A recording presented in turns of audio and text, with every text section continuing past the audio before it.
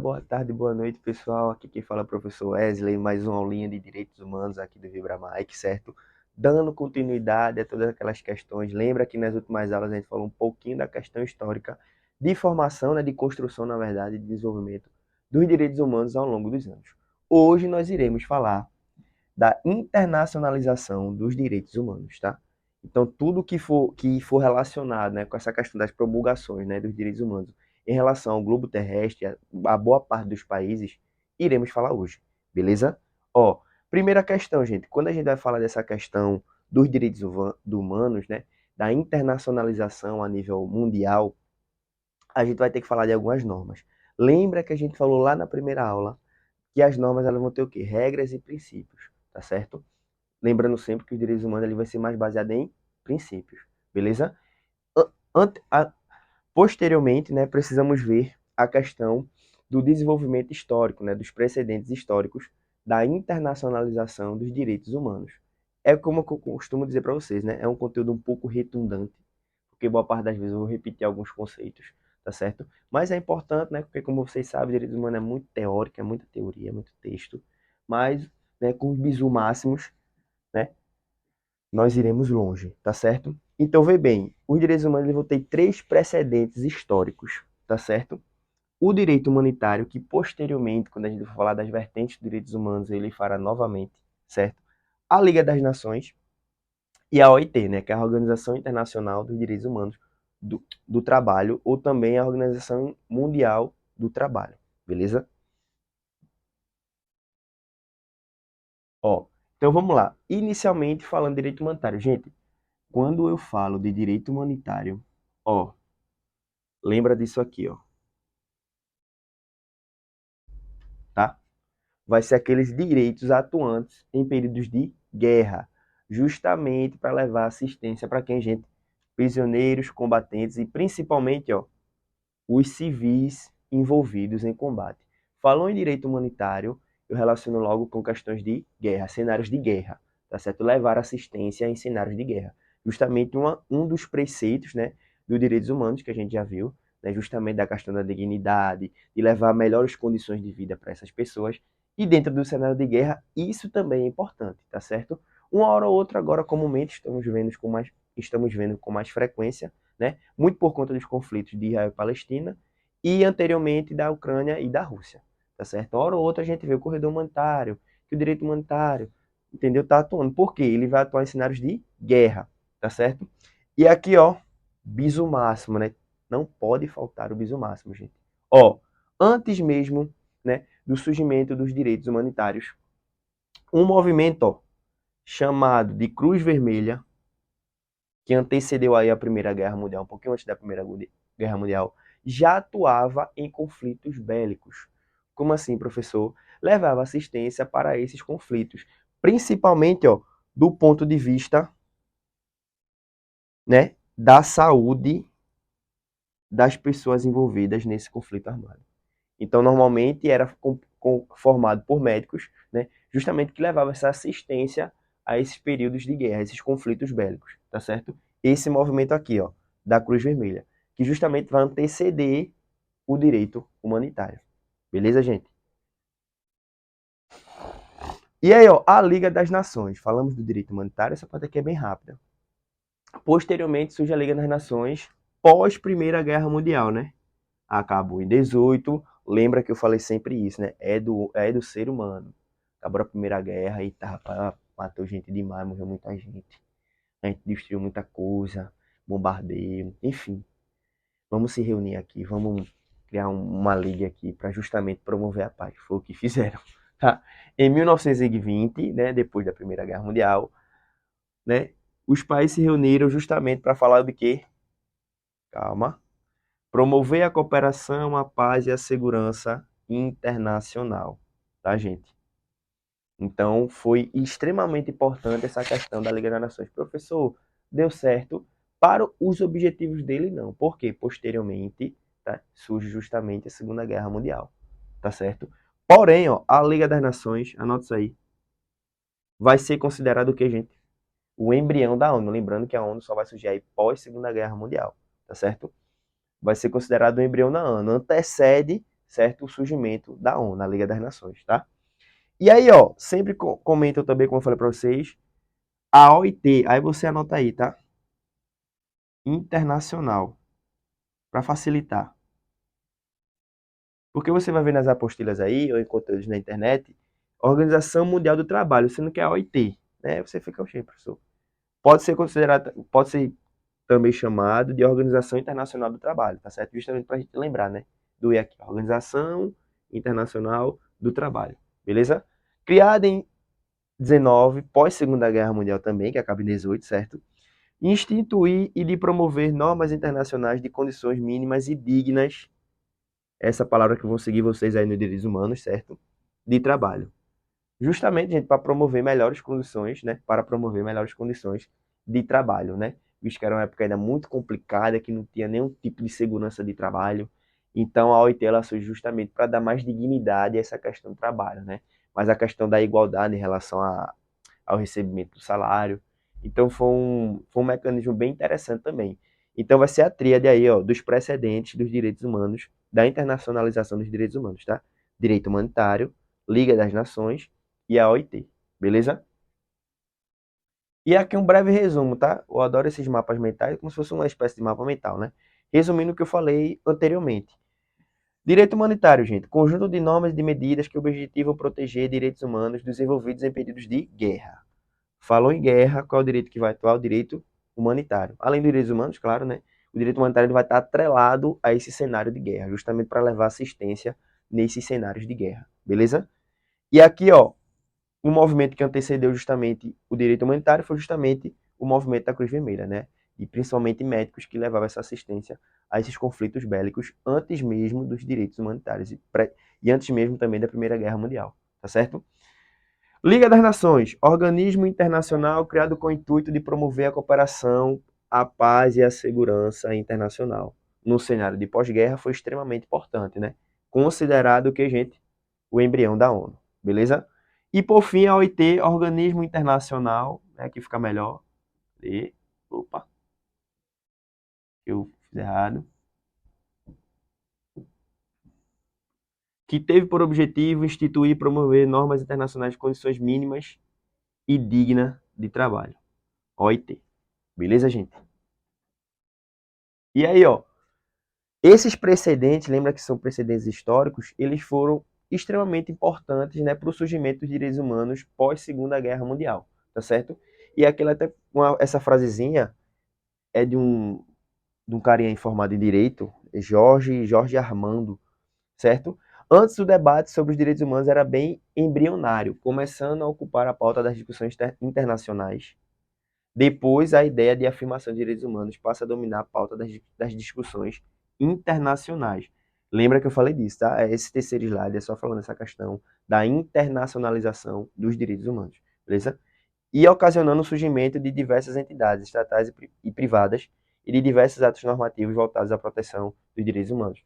E aí é quando surge a ONU, a DUDH, o Pacto de São José, certo, gente? Várias meios e normas, né? Justamente para legitimar essa questão de direitos humanos enquanto lei, enquanto papel participativo dentro da sociedade. Beleza? Pronto. E aqui é um breve resumo também do que eu falei anteriormente, né? Anteriormente, direitos humanos antecedendo aí a Primeira Guerra Mundial, né, era pouco difundido em relação às regras internacionais. A gente viu lá do ponto de vista histórico que surge ali na Inglaterra, depois vai surgir ali, primeiramente surge ali na Mesopotâmia, segundamente surge ali na Grécia, né? Depois vai surgir ali na Inglaterra, principalmente com a questão do habeas corpus, do birth rights, certo? E aí ele começa a se internacionalizar, né, nesse cenário mais amplo, mais global, justamente depois da Segunda Guerra Mundial, tá? E é aqui, ó, que entra esse termozinho importante para vocês, ó. Pós Segunda Guerra Mundial, né, que aí de fato, né, foi visto que era necessário ter uma lei vigente para todos os países, justamente de preservação da humanidade, basicamente isso, né, a questão da dignidade, certo? E aí, ó, criar essas normas jus conges, ou conge, gente, que é latim, né? Óbvio. Professor, o que é isso, professor? Ó, anote aí. Regras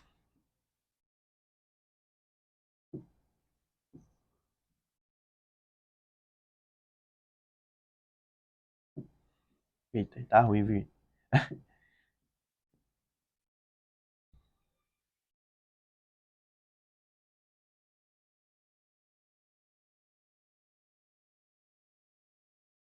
Gente, quase que não sai. Jusconge, gente, quer dizer leis obrigatórias. É quando uma lei ela se torna de forma obrigatória, e você coloca entre aspas, de forma universal, tá? Por que eu falo isso? Porque foi a partir da DUDH, certo? Que foi considerado um ajus cônjuge, por quê, gente? Foi considerado no cenário universal. E tá lá na DUDH, quando a gente for ver, lá no quarto slide, que ele afirma que todos os países devem seguir, né, justamente a recomendação da ONU, a DUDH. Aí quando a gente vem para a prática, né, e os alunos até perguntam, ah, professor, mas tem tal país que não segue a Coreia do Norte, o Oriente Médio, e é uma opção de cada país, tá, gente? Eu vou falar isso daqui, eu vou falar isso daqui a pouco, tá certo? Mas está lá na DUDH. Deve ser posto em todos os países a questão de direitos humanos. Isso é posto na prática? Não. Lá na prova, você vai lembrar do quê? Da teoria, tá certo? E é por isso que surge esse termozinho aqui, ó, jus cônjuge, que é justamente como se fossem leis, né, consideradas obrigatórias, né, para todos os países ao longo dos anos. Claro, isso foi um processo de construção, como nós estamos vendo, né? E tem esse termozinho é bem utilizado, tá certo, gente? Acredito eu que não caia na prova, tá? Mas é importante a gente ter a noção.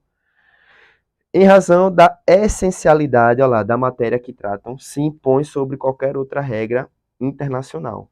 Então é como se fosse uma obrigação, tá? Vocês podem até ver, né? Se impõe a qualquer regra internacional. E isso na teoria, tá certo, gente? Então, não se preocupe em relação a isso, beleza? Ó, e aí, ainda falando da internacionalização dos direitos humanos, é considerado 6 fatos foram primordiais para essa questão dos direitos humanos, né, se tornarem internacional, no sentido de, né, abordarem todo, boa parte do globo terrestre, boa parte dos países, né, do mundo, certo? E ó, 6 motivos, tá? Existem 6 motivos. O primeiro, a repúdia à Segunda Guerra Mundial, o repúdio, na verdade, né, a destruição, né, gente, é toda a barbárie da Segunda Guerra Mundial, mortes, uso de bomba atômica. Então foi um período assim de pós-Segunda Guerra, né, de reflexão mesmo da humanidade, visto que tinha que ter algo, né, para controlar. Você vê, né, o ser humano, somos conscientes, mas em determinados momentos, né, justamente para controlar, né, dizer assim, ó, não, foi insano a Segunda Guerra Mundial, né, morreu milhares de pessoas e aí vamos precisar criar um aparato aí, né, uma lei, alguma coisa, e foi justamente a DUDH, certo? O segundo, vontade dos Estados de adquirir legitimidade na área internacional, distanciando-se de governos. Aí, gente, olha a geografia entrando aqui. Vai entrar a questão da geopolítica. Ah, professor, como assim? Porque, gente, boa parte dos países, né, membros da ONU, inclusive, vão se basear na DUDH, né, vão seguir algumas regrinhas dos direitos humanos, né, internacionalmente, beleza? Sendo que a gente sabe que a nível global tem países que não vão seguir os direitos humanos, principalmente países autoritários, tá? Ou que seguem alguma seita religiosa. Exemplo do Oriente Médio. E eu sempre cito o exemplo do Catar. Qual foi a polêmica do Catar? Não poderia usar bandeira LGBT, não poderia beber, né? Muita gente bebeu ainda de forma legal, mas não poderia beber. Então, assim, são algumas regras que vão impedir direito à liberdade, direito à liberdade de expressão, direito à liberdade de religião. E ali no Oriente Médio é extremamente pesada essa questão. Cristiano Ronaldo, a mesma coisa, exemplos práticos, tá? Primeiro foi aquela questão que ela abraçou a menina, que foi não lembro se foi no Irã, ou foi no Cazaquistão, não lembro agora o país de fato, né? Que você não poderia abraçar uma mulher, que no caso a mulher estava casada com outro cara, mas não poderia, um abraço normal. E ele seria punido. Outra questão foi do crucifixo, que ele não poderia adorar outra religião. Aí já bate com aquela questão da liberdade de religião. Então, assim, vai ter países que não vão seguir direitos humanos. E vai ser uma opção desse país. Sendo que acontece quando a gente fala de geopolítica? A nível internacional, esse país fica o quê? Excluído, tá certo? Ele vai ficar excluído de alguns diálogos, de alguns acordos, de alguns financiamentos, tá certo? Então, a nível internacional, ele meio que fica escanteado, beleza? Terceiro, forma de estabelecer diálogo ético entre os povos. E aqui parte do que eu falei anteriormente, uma complementação, né? Em que relação? Como boa parte dos países seguem os preceitos aí dos direitos humanos, né? Eles vão conseguir dialogar de uma forma mais tranquila. Eles vão ter uma certa soberania, né? Uma certa hierarquia, uma valorização, na verdade, né? porque eles vão seguir os preceitos dos direitos humanos. E é o que eu falo em sala de aula, né? Indiretamente, todos nós seguimos um pouquinho aí desses direitos humanos. Eu sei que nesse cenário de polícia, ali, quando a gente vai para a prática, é diferente, obviamente. Mas, por exemplo, a gente não rouba, certo? A gente não mata, certo? Então, alguns preceitos, alguns caminhos que a gente segue aí dos direitos humanos, tá certo? Finalidade de garantir um patamar mínimo de direitos dignos, de novo, né, gente, a palavrinha, que potencializa as relações econômicas entre os países. E justamente vai entrar aquela questão dos acordos, né? Tá complementando o que eu falei anteriormente, né? Vai ser muito mais facilitado, né, para esses países que seguem, né, um caminhozinho ali de dignidade, de igualdade. Então, isso a cenário internacional vai ser extremamente importante. Intensa atuação da sociedade civil organizada no combate às violações de direitos humanos. Então, cada vez mais nós teremos a sociedade mais preocupada com os direitos humanos. Tá certo, gente? Então, isso é importante. Isso é construído o quê? Ao longo dos anos. E principalmente esses países mais democráticos. Lembra que eu falei disso, né? Que os direitos humanos ele só vai ser aplicado em países democráticos. Tá certo? E o 6, indignação da comunidade como um todo contra o desrespeito a direitos básicos de todo ser humano. Mobilização da vergonha. Eu gosto desse termo aqui, tá? Que é justamente o que eu falei anteriormente, gente. Um país que não segue direitos humanos, ele vai ser o quê? Escanteado, ele vai ser barrado, como a gente fala aqui em Pernambuco, tá? Ele vai ficar escanteado, ele vai dizer, ó, não, esse cara aqui, ele não segue direitos humanos, ele é autoritário, ele é ditador, certo? Ele pune as pessoas que não seguem sua seita religiosa. Então, ó, a nível internacional, a nível da geopolítica, esse país é deixado de lado. A famosa mobilização da vergonha. Temos vários exemplos aí. É, a Coreia do Norte, certo? O Irã, certo? Parte ali da Arábia Saudita. Então, vão ser países assim que vão, né, ser escanteados. Beleza, gente? Porque não vão seguir à risca os direitos humanos, a DUDH. Ó, e aqui a nossa querida DUDH, né? Principal ponto aí da internacionalização dos direitos humanos, é o principal instrumento do sistema global. E aí vamos lá, gente. Dentro dessa questão da internacionalização, nós teremos os sistemas globais e os regionais. Os regionais mais atrelados aos quê? Ao quê, gente? Aos continentes, tá? Aos países de cada continente, que eu vou falar posteriormente. O que é que a gente precisa entender? Que a DUDH, ela é global. Ela vai ser válida para todos os continentes e todos os países. Beleza? É a principal contribuição para a universalização da proteção ao ser humano. Justamente a questão do que? Lembra que o ponto central é esse, né? Da internacionalização. Beleza? Ah, sim, foi o que eu falei anteriormente. E aqui, ó, nós teremos sistemas globais e os sistemas regionais, tá? Porque, e vai atrelado ao que, gente? A questão local de países geograficamente próximos e com características sociais, econômicas e culturais semelhantes, unindo-se na defesa dos direitos humanos, dando origem aos denominados sistemas regionais de direitos humanos. E aqui ele fala o quê? Continentes, tá? A gente vai ver isso posteriormente. Beleza?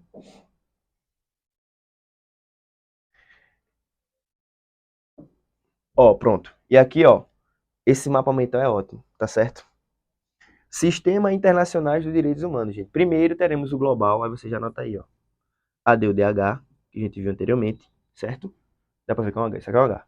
E os sistemas regionais, tá? Que vai estar atrelado justamente aos continentes. Gente, já foi questão de prova, inclusive, tá certo? Ó, o Sistema Europeu de Direitos Humanos, a Organização dos Estados Americanos, a OEA, e a Organização da Unidade Africana. Esse aqui vão ser os 3 sistemas regionais. E só existem esses até então, tá? Não existe nenhum outro e não vai nem surgir nenhum outro daqui para a prova, tá certo? Então, esses aqui vão ser os sistemas regionais, que vão seguir leis específicas de cada continente e cada país também, certo? E aqui, ó, pronto, como é que funciona no Brasil, professor? Sistema Interno de Proteção aos Direitos Humanos, isso aqui é brasileiro. No caso aqui, ó, a CF de 88, tá? Constituição Federal de 88. Sistema Global de Proteção aos Direitos Humanos, isso aqui vai ser o quê? ADU-DH, certo? Sistema Americano de Proteção aos Direitos Humanos, isso aqui vai ser regional, a OEA. Beleza? Lindo isso aqui, tá? E o que é que a gente percebe? Eles vão se relacionar entre si, criando o que? A proteção dos direitos humanos no Brasil.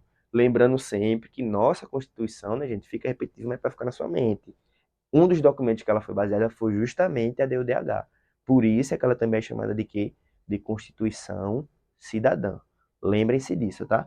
Vai seguir a questão do sistema global, que vai ser a DUDH, e o sistema americano, né, que vai ser do continente aqui, a OEA, a Organização dos Estados Americanos. Beleza?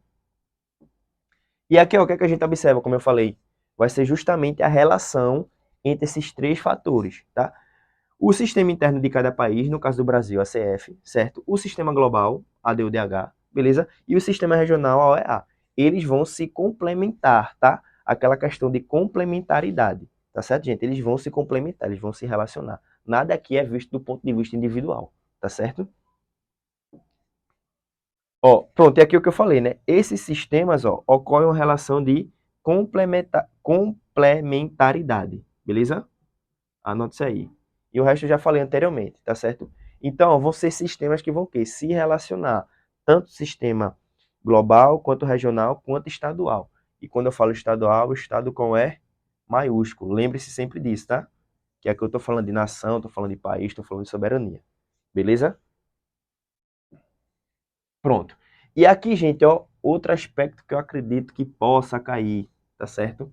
As três vertentes de proteção internacional dos direitos humanos, né? As três ramificações, né, que vão ter em relação às proteções internacionais dos direitos humanos, justamente que vai reger e legitimar essa questão dos direitos humanos a nível internacional, beleza? E aí, ó, teremos três, ó, vertentes de proteção internacional dos direitos humanos. Como eu falei, né? Vão ser três, tá certo? Os direitos humanos em si, certo? O direito humanitário ali, redundante ou não, repetido, tá? E o direito dos refugiados, que isso aqui eu não falei ainda, certo? Vão ser essas três vertentes aqui da proteção internacional dos direitos humanos, beleza? Isso aqui pode ser um assunto recorrente na prova, tá, gente? Ó, e aí a primeira vertente.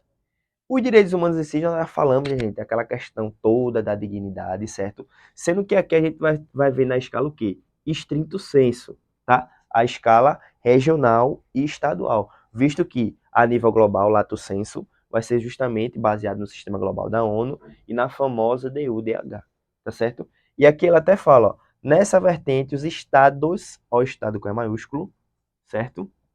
Estado com E maiúsculo, porque nos direitos humanos a gente vai ver muito isso, a gente pode confundir, né? Estado com é maiúsculo, país, nação, soberania, certo? Decidem por livre e espontânea vontade, isso aqui é interessante, tá? No exercício da soberania de cada país, firmar tratados internacionais para a proteção dos direitos humanos. Pronto. E aqui chega aquela questão que eu falei anteriormente. E aqui, ó, por quê, gente? Cada país ele vai ser livre, né? Vai ter livre liberdade e vontade aí para seguir ou não os direitos humanos. Acabou. Tá? Isso aqui vai ser a primeira vertente dos direitos humanos. Claro, o recomendável é justamente nós seguimos, tá? Como a gente viu, até a nível geopolítico internacional, para você ser mais valorizado, certo? Você vai precisar seguir os direitos humanos, né? Você precisa ser democrático, tudo aquilo que eu já falei anteriormente, tá? E aqui bate essa questão, a primeira questão aqui da vertente. Por que vai ter países que não vão seguir? Aí, como falou, professor, mas acontece alguma coisa? Normalmente não. Normalmente ele vai ser sancionado de alguma forma, recebe alguma sanção, né? Como foi na Rússia, como é na Coreia do Norte, várias sanções políticas e econômicas, mas que normalmente os governos não, eles já são autossuficientes, né? Então, isso é na prática, tá, gente? Na teoria, você tira 10 lá na prova. Então, ó, a primeira questão, na primeira vertente, vai falar justamente dessa questão de direitos humanos, ele é livre para ser escolhido, para ser abordado, né, a cada país, a cada estado, né, como eu falo, estado com E maiúsculo, tá? Então, cada estado ele vai decidir como ele vai abordar esses direitos humanos, se ele vai abordar mais ou menos, se ele vai abordar muito, se vai abordar menos, tá certo? Então, isso aí é uma decisão de cada país, beleza? Isso é a primeira vertente da proteção internacional dos direitos humanos. E aí, ó, ainda sobre essa questão dos direitos humanos, ó, teremos a legitimação ativa e a legitimação passiva dos direitos humanos. Isso aqui é interessante, tá? Legitimidade ativa, gente. Possibilidade de um Estado denunciar outro Estado por violação. Estado com E maiúsculo novamente, tá? Então aqui é interessante, para ficar fácil. Ó. Legitimidade ativa é quando um país aponta outro país e fala assim, ó, você errou. Você está infringindo os direitos humanos. Um exemplo prático, gente. Hamas, ó, a Palestina, né, atrelada justamente ao grupo terrorista Hamas. Boa parte dos países europeus, né, o próprio Estados Unidos também, né, é, repudiaram essa questão das práticas, né, do Hamas. Justamente o que é uma legitimidade ativa, é quando uma nação, um Estado, ele vai denunciar, vai dizer assim, ó, vai apontar, ó, você errou, né? Estados Unidos, em relação à Palestina, né? Estados Unidos, França, Alemanha, própria Suíça também, né? Todos aqueles, boa parte daqueles países europeus, né, apontaram a Palestina junto ao Hamas como, né, infratores, né, da questão dos direitos humanos básicos, né? Que nós, aquela questão da liberdade, da dignidade, enfim, no cenário de guerra, né?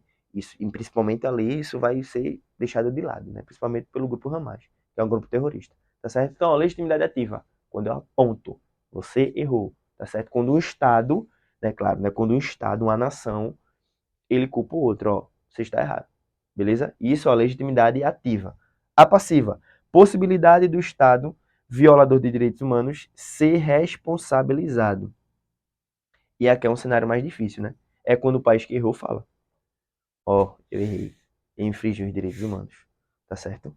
Isso acontece, gente, muito raro, tá? Gente, perdão, aqui eu tô só vendo o tempo, tá? Da aula, olha, me empolguei, certo? Então, isso aqui vai ser quando o país, né, ele vai dizer assim, ó, eu errei. Isso, gente, só das vezes que aconteceu, a mais recente foi justamente pós Segunda Guerra Mundial, né?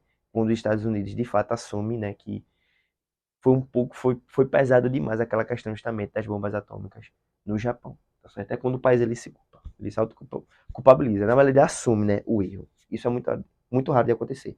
Isso é aquela legitimidade do quê? Passiva, beleza? E aí, ó, alguns documentos, né, gente, que vão reger essa primeira vertente vai ser justamente a ONU, né? A OEA, a Organização dos Estados Americanos, certo? E em alguns documentos, na verdade, que é os organismos, né? E aqui embaixo os documentos. Os documentos, a Carta das Nações Unidas, de 45, anote aí de novo para relembrar. Lembra que a gente viu isso lá na segunda aula, tá? E a Convenção Americana de Direitos Humanos, no âmbito do sistema americano, o Pacto,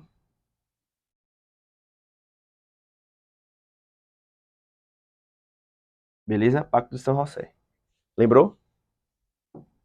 Ó, em relação ao direito humanitário, novamente, gente, ó, quando eu falo de direito humanitário, é justamente de levar apoio aos cenários, às pessoas nos cenários de guerra, em conflitos militares e bélicos, tá certo? Ó, novamente, sendo que agora eu tô falando o quê? Vai ser a segunda vertente da proteção internacional, tá certo? Que é justamente, ó, é como se fossem regras regulamentadoras de uma guerra, tá certo? E aqui, ó, o direito humanitário faz a regulamentação jurídica da violência no âmbito internacional e do modo com que é empregado os períodos de guerra e de combate armados. Tá, gente? E aqui, ó, rapidinho, que o tempo está passando muito rápido, certo? É como se fossem regras regulamentadoras da guerra. Por exemplo, professor, não pode usar bomba incendiária numa guerra, pronto. Isso é justamente uma vertente do direito humanitário. Por quê, gente? Acho que vocês já viram, né? É uma bomba como se fosse é líquido, né? Eles explodem no ar, expelam um tipo de líquido que ele queima, tá? E isso a nível internacional, né, do direito humanitário, não é permitido, tá certo? Infringe justamente os direitos humanos.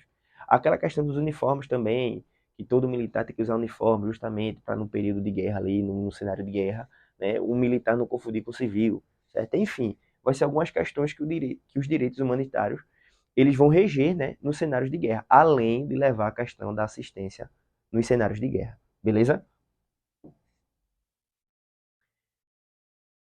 Ah, isso aqui é interessante, ó. No cenário do direito humano, o indivíduo como sujeito passivo, tá?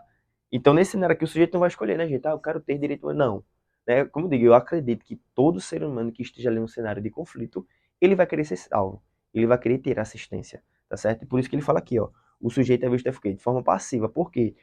O direito humanitário ele vai atuar ali independente, tá? Independente de religião, de classe, de onde é, de etnia, ele vai atuar. Beleza? E ele até fala aqui, ó, não é um recurso individual. Porque justamente o direito humanitário ele vai atuar na esfera o quê? Na escala coletiva, tá certo? Justamente de salvar o máximo de pessoas, de ajudar o máximo de pessoas. Beleza? Não, aqui, tá repetindo, na verdade. Eu vou ter feito. Ah, pronto, ó. E aqui, gente, para finalizar, o direito dos refugiados, tá certo? Primeira coisa, o que são refugiados, gente? Vai ser justamente o ser humano, né, o humano, né, que justamente foge, né, sai do seu país, né, por conta de pressões, né, de discriminações em relação à sua religião, à sua cultura, à sua etnia, às suas condições econômicas, certo? Então ele vai se tornar um refugiado. Então o que é o direito dos refugiados? A proteção aos direitos civis em decorrência de discriminação, é o que eu falei, cultural, racial, de limitações à liberdade de expressão e de opinião política, tá certo? Então ele se torna um refugiado a partir do momento que ele se desloca do seu país de origem, né, por conta dessas pressões aqui, ó. Falta de liberdade de expressão, é a questão da opinião política contrária, né, normalmente ao posicionamento do seu país, certo? Além da discriminação cultural e racial e ética também, tá? E aí, ó, dentro da DUDH, beleza? Isso aqui pode ser questão de prova. E remete um pouquinho à constitucional, né? Os famosos incisos, tá certo? Vê bem, no artigo 14 da DUDH, ela vai dizer o quê? Todo homem vítima de perseguição tem o direito de procurar e de gozar asilo em outros países. Todo homem vítima de perseguição tem o direito de procurar e de gozar asilo em outros países. Ponto. Certo? Inciso 1. Aí o inciso 2 vai dizer o quê?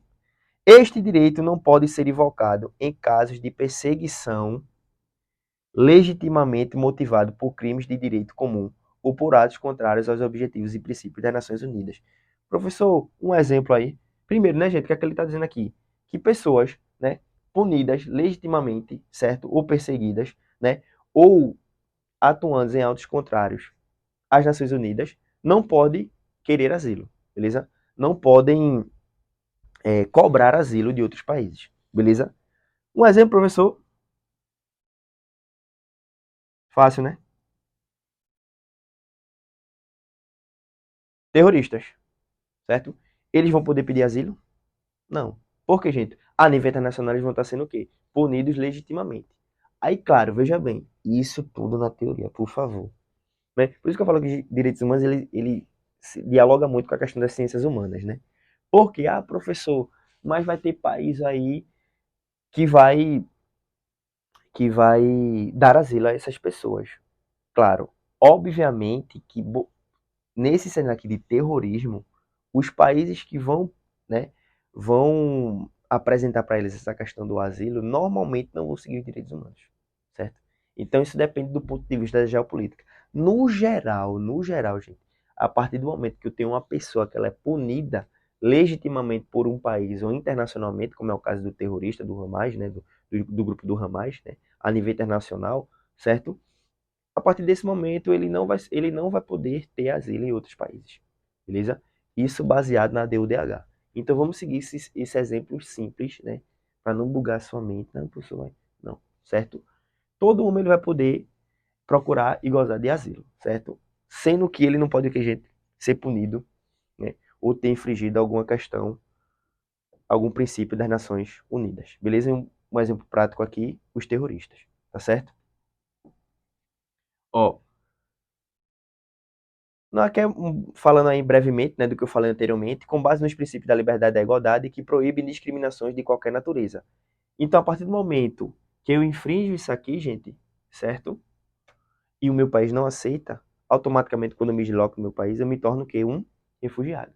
Surge o direito de não sofrer discriminação ou perseguição por motivo de raça, da religião, de nacionalidade, de sexo e de opiniões. Justamente um preceito aí, um princípio da DUDH, que quando não é posto em prática, essa pessoa se desloca do país, certo? Ó, e aqui isso é interessante, ó. Dentro dos direitos dos refugiados, teremos, desculpa, gente, teremos dois princípios, tá? Isso aqui é interessante. Teremos o princípio indúbio do refugiado, né? Que aqui, ó, isso aqui é interessante, ó, que vai conferir a proteção ao refugiado, certo? Criando, ó, isso aqui é interessante. Por quê, ó? O refugiado, ele vai poder ter asilo porque entende-se que ele sofreu alguma violação dos direitos humanos, tá certo? Então, essa pessoa, né, esse refugiado, ele vai poder se deslocar para outro país, porque, gente, porque entende-se que ele sofreu alguma violação dos direitos humanos. É basicamente o que eu falei anteriormente, né? Mas aqui sendo que falando dos princípios, tá? Existem esses dois princípios. O primeiro vai ser esse aqui, indúbio, certo? Do refugiado, tá certo? Que é justamente que vai promover o asilo aos refugiados, justamente porque entende que ele sofreu violação dos seus direitos, né? Ele foi violado, né? De certa forma, ele foi discriminado. Beleza? E o princípio da não devolução, esse aqui é mais interessante, certo? Que diz o quê? A partir do momento, né, que eu promovo o asilo a um cidadão qualquer, vamos botar um palestino, certo? Eu não posso devolver esse palestino para o seu país. Porque, por exemplo, eu recebo o palestino aqui, certo? Sendo que lá ele está num cenário de guerra, certo? A Palestina e Israel estão no cenário de guerra. Tem como eu devolver esse cara para a Palestina? Não, porque isso vai infringir os direitos humanos, certo? A partir do momento que ele vai para um cenário de guerra, gente, ele vai estar correndo perigo, tá? Ele vai aquela questão lá dos preceitos da DUDH, né? Sua liberdade vai estar em risco, sua liberdade de expressão, sua liberdade de religião vai estar em risco, certo? Então é o que a gente chama de princípio da não devolução, certo? Nenhum dos estados é maiúsculo, certo? Deve expulsar a pessoa para território em que sua vida ou liberdade se encontre ameaçada. Lindo, né, gente? Belo exemplo que eu dei dos palestinos. Perfeito isso. Em decorrência de etnia, de religião, de nacionalidade, de grupo social ou de opiniões políticas, tá certo? E aqui tem um belo exemplo, ó. Pronto, ó, o caso do Edward Snowden, né? Tem filmes e documentários, inclusive. Ó, do direito humano é o caso do técnico de informática da CIA, Edward Snowden, que denunciou violações de direitos humanos causadas pelos Estados Unidos. Tá? Ele denunciou algumas violações de direitos humanos dos Estados Unidos em suas investigações militares. Atualmente, encontra-se refugiado em Moscou. Né? Justamente ele buscou asilo em Moscou, certo? O marco histórico desse período é após a Segunda Guerra Mundial, tá certo? Quando houve a necessidade dos vencedores da guerra repatriarem as vítimas dos conflitos bélicos. E aqui é o que eu falei anteriormente, né? No cenário de guerra, boa parte das pessoas o quê? Se deslocam. Foi o belo exemplo que eu citei da Palestina, certo? E aí, alguns alemães vieram, né? Ao Brasil, certo? Então o que acontece?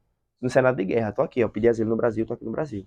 Acabou a guerra lá na Alemanha, o que a Alemanha faz? Repatria esse pessoal, tá?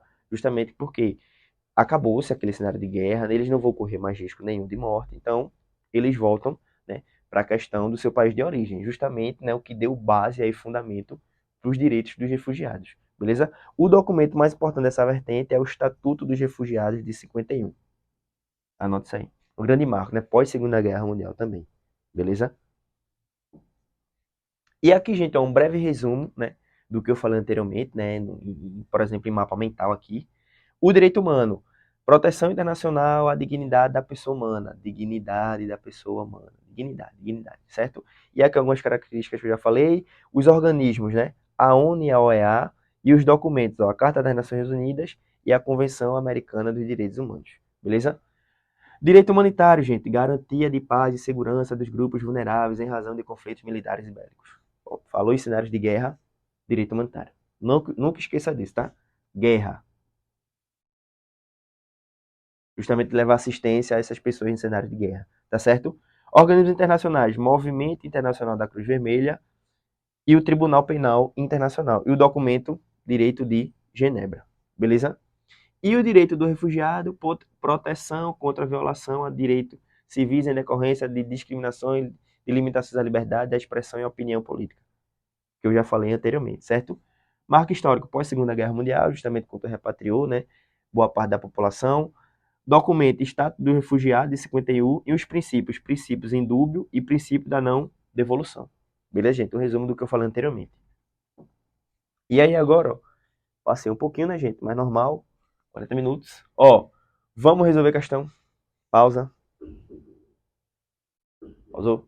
Vamos lá.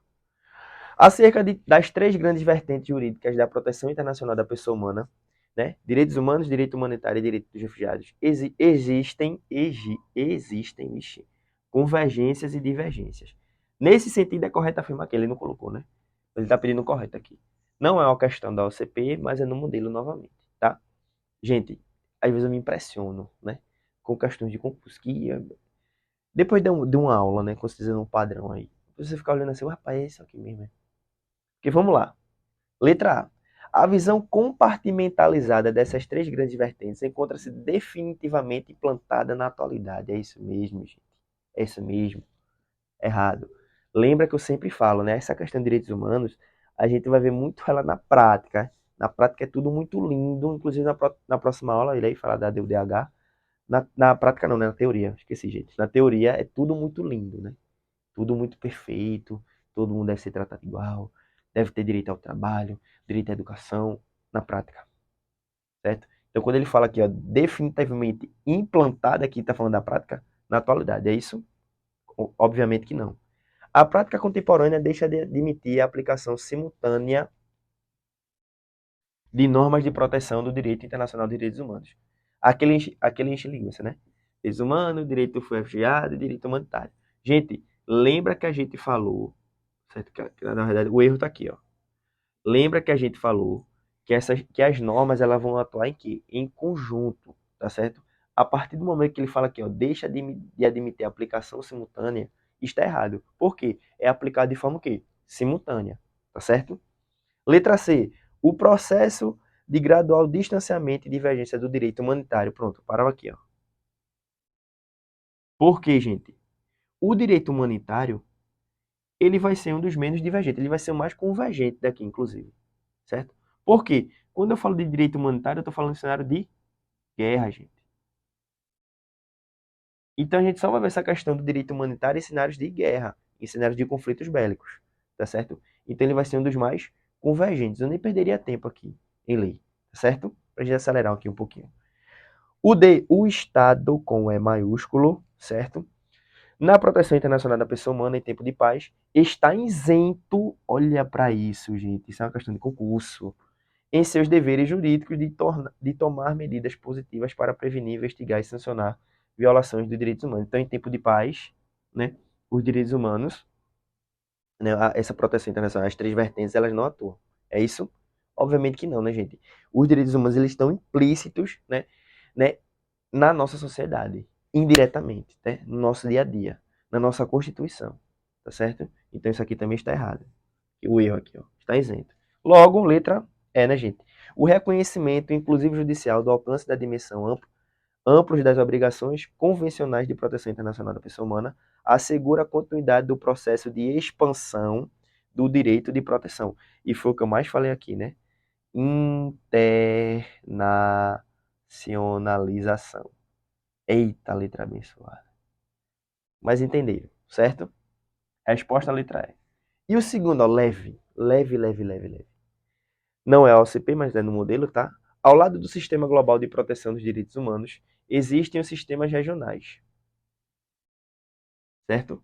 Os principais sistemas regionais de proteção de direitos humanos não incipientes são, exceto, gente, vamos lá, diquinha, né, Bizu? Ele quer o que aqui? O errado, tá? Ele quer a alternativa errada, tá certo? O africano tem? Tem. O europeu tem? Tem. O interamericano, para você poderia confundir aqui, que vai ser justamente a OEA. Ela também pode ser chamada de interamericano, tá? É uma nomenclatura pouco utilizada, até de 2014, tá certo? Mas é pouco utilizado isso aqui, mas você já fica bisurado aí. Qual que não existe, gente? O asiático. Isso aqui é mais fácil, né? Letra B. Tá certo, gente? Muito obrigado pela aula de hoje. Próxima aula e última, falando sobre a DUDH. Beleza? Tchau, tchau.